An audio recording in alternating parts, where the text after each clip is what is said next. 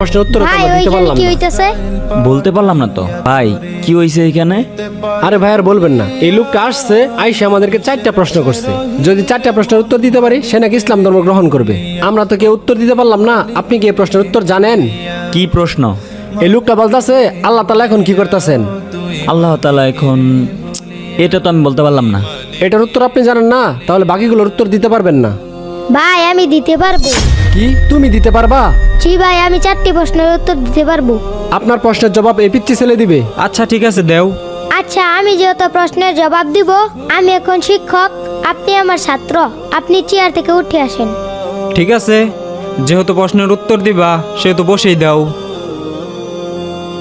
আপনার প্রথম প্রশ্ন কি? প্রথম প্রশ্ন হলো, আল্লাহ তাআলা এখন কি করছেন?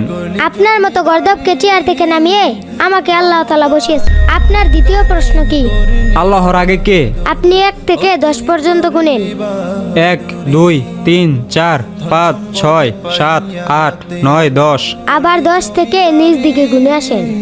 10 9 8 7 6 5 4 3 2 1 0। কি হলো, থেমে গেলেন কেন? শূন্যের আগে আর কি আছে, কি বলবো? সামান্য সংখ্যার আগে কি আছে এটা যদি বলতে না পারেন, তাহলে আল্লাহ তাআলার আগে কি আছে এটা আপনি কিভাবে বের করবেন? আপনার তৃতীয় প্রশ্ন কি বলেন? আল্লাহ তাআলার সাথে রাসূল সাল্লাল্লাহু আলাইহি সাল্লাম আকাশের কোন দরজা দিয়ে সাক্ষাৎ করতে গিয়েছিলেন?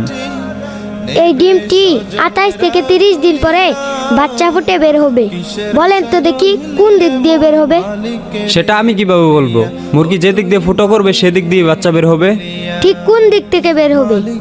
এর উত্তর আমার জানা নেই।